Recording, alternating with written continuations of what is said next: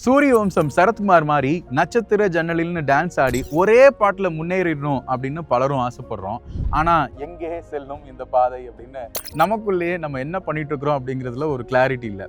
உண்மையாகவே நம்ம இன்னைக்கு பார்க்குற பெரிய கம்பெனிஸான டிசிஎஸ், இன்ஃபோசிஸ், ரிலையன்ஸ் இவங்கெல்லாம் ஒரே பாட்டில் இந்த இடத்துக்கு வரல. ஒரு காலத்தில் சின்ன ஸ்டார்ட் அப்பாக இருந்தவங்க தான் இன்னைக்கு பல மடங்கு பெருசாக இருக்கிறாங்க. இந்த கம்பெனிஸோட வளர்ச்சிக்கு பின்னாடி முக்கியமான ஒன்று இருக்குது, அதுதான் ஸ்டாக் மார்க்கெட். ஸோ இந்த வீடியோவில் நான் உங்ககிட்ட இந்த ஸ்டாக் மார்க்கெட் அப்படின்னா என்ன, இது எப்படி ஒர்க் ஆகுது, ஏன் ஸ்டாக் மார்க்கெட் இருக்குது அப்படிங்கிறத சிம்பிளாக சொல்கிறேன். கண்டிப்பாக உங்களுக்கு யூஸ் ஆகும். வீடியோவை ஸ்கிப் பண்ணாமல் பாருங்கள். நான் உங்கள் கருப்சாமி, இது என்ட்ரி ஃபின் அகாடமி தமிழ். ஒரு சின்ன ஸ்டோரி. நம்ம ஊரில் ரஜினி முருகன் ஒருத்தர் டீ கடை வச்சிருக்கிறாரு. அவரோட கடை சூப்பராக நடக்குது. க்ரௌடு, டேஸ்ட்டு, ப்ராஃபிட் எல்லாம் அள்ளுது. அதனால் அவர் இன்னொரு பிரான்ச் ஓப்பன் பண்ணலாம் அப்படின்னு நினைக்கிறாரு. ஆனால் காசு இல்லை. ஸோ முருகன் என்ன பண்ணுறாரு, அவரோட ஃப்ரெண்டு குமார் கிட்ட சொல்கிறாரு, என்னோட கடை நல்லா நடக்குது, நீ இன்வெஸ்ட் பண்ணால் நானும் உனக்கு கடையில் ஒரு ஷேர் கொடுக்குறேன் அப்படின்னு சொல்கிறாரு. குமாரும் ஓகே சொல்கிறாரு. நான் 50,000 ரூபா இன்வெஸ்ட் பண்ணுறேன் முருகா, உன் கடையில் எனக்கு 25% ஷேர் வேணும் அப்படின்னு கேட்குறாரு. இப்போ முருகன் கிட்ட எக்ஸ்ட்ரா மணி கிடைக்குது எக்ஸ்பான்ஷன் பண்ணுறதுக்காக. குமார் கிட்ட கடையில் ஒரு ஓனர்ஷிப் கிடைக்குது. ஸோ இதுதான் ஸ்டாக் மார்க்கெட்டோட பேசிக்கான கான்செப்ட். இப்போ நான் சொன்ன இந்த சின்ன டீ கடை லெவல் எக்ஸாம்பிளில் நடந்த மாதிரி பெரிய லெவலில் நடக்கும்போது அதை தான் நம்ம கம்பெனி ஷேர்ஸ்ன்னு சொல்கிறோம். ஒரு கம்பெனிக்கு பிஸ்னஸ் வளரணும் அப்படின்னா புதுசாக ப்ராடக்ட் லான்ச் பண்ணணும், ஃபேக்ட்ரி பில்ட் பண்ணணும், எம்ப்ளாயீஸ் ஹையர் பண்ணணும். இது எல்லாத்துக்குமே பணம் வேணும். கம்பெனி கிட்ட 2 வழி இருக்குது இந்த பணத்தை உருவாக்குறதுல. ஒன்று, பேங்க்ல போய் லோன் எடுக்கலாம், பட் ஆனால் அதுக்கு வட்டி கொடுக்கணும். இன்னொரு வழி இருக்குது, பப்ளிக் கிட்ட ஷேர் கொடுத்து மணி கலெக்ட் பண்ணலாம். அப்போ கம்பெனி பப்ளிக் கிட்ட போய் ஷேர் கொடுக்குறேன் அப்படின்னு ஒரு முடிவு எடுத்தாங்க அப்படின்னா அதை தான் நம்ம ஐபிஓன்னு சொல்கிறோம், இனிஷியல் பப்ளிக் ஆஃபரிங். ஐபிஓவில் பீப்புள் இன்வெஸ்ட் பண்ணும்போது அவங்க கம்பெனியில் ஒரு ஸ்மால் ஷேர் எடுக்கிறாங்க, கம்பெனிக்கு ஃபண்ட் கிடைக்குது, இன்வெஸ்டருக்கு ஓனர்ஷிப் கிடைக்குது. ஸோ சிம்பிளான ஒரு எக்ஸ்சேஞ்ச் தான்.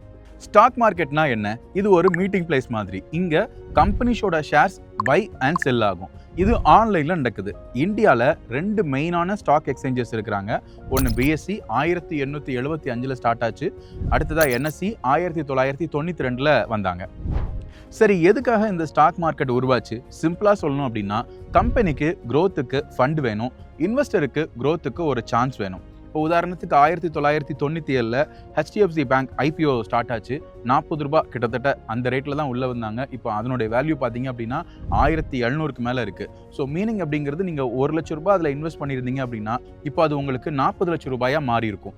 கம்பெனி நல்லா பெர்ஃபார்ம் பண்ணியிருந்தாங்க அப்படின்னா கம்பெனி, இன்வெஸ்டர்ஸ் 2 பேருக்குமே ஒரு வின்-வின் சிச்சுவேஷன் தான்.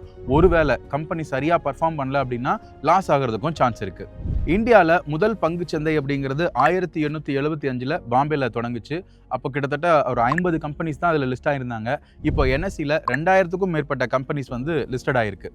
சரி, இந்த ஷேரோட ப்ரைஸ்லாம் எதை வச்சு டிசைட் ஆகுது அப்படின்னு பார்த்தா, கம்பெனி பற்றி நல்ல நியூஸ் வந்துச்சு அப்படின்னா டிமாண்ட் பெருசாகும், ஷேர் ப்ரைஸும் பெருசாகும். ஒருவேளை மோசமான செய்திகள் வந்துச்சு அப்படின்னா டிமாண்ட் அங்கே குறையுது, ஸோ ப்ரைஸும் குறையுது. மார்க்கெட்டில் ப்ரைஸ் அப்படிங்கிறது ஒரு எமோஷன் மீட்டர் மாதிரி. இன்வெஸ்டர் கிட்ட நம்பிக்கை பெருசாக இருந்தால் ப்ரைஸ் அப்படிங்கிறது ராக்கெட் மாதிரி மேலே போகும். நம்பிக்கை குறைஞ்சிது அப்படின்னா ப்ரைஸ் அப்படிங்கிறது ஸ்லோ ஆகும். ஸோ மார்க்கெட் ப்ரைஸ்னா இன்வெஸ்டரோட ஒரு கலெக்டிவான நம்பிக்கை. அது மட்டும் இல்லை, கம்பெனி தன்னோட பிஸ்னஸ் மேலே வச்சிருக்கிற நம்பிக்கை, இன்வெஸ்டர்ஸ் கம்பெனி மேலே வச்சிருக்கிற நம்பிக்கை, பப்ளிக்காக இருக்கிற நாம இந்திய பொருளாதாரத்தின் மேலே வச்சிருக்கிற நம்பிக்கை. இப்படி பல நம்பிக்கைகள் தான் ஸ்டாக் மார்க்கெட்டை இயக்குது. நம்பிக்கை அதானே எல்லாம். இந்த பேசிக்கை புரிஞ்சுக்கிட்டா நீங்கள் நெக்ஸ்ட் லெவல் போகலாம். இப்படி சிம்பிளாக ஸ்டாக் மார்க்கெட்டை கற்றுக்கிறதுக்கு சப்ஸ்கிரைப் பண்ணுங்கள் என்ட்ரி ஃபின் அகாடமி தமிழ். உங்கள் ஸ்டாக் மார்க்கெட் ஃப்ரெண்டு உங்கள் லாங்குவேஜில்.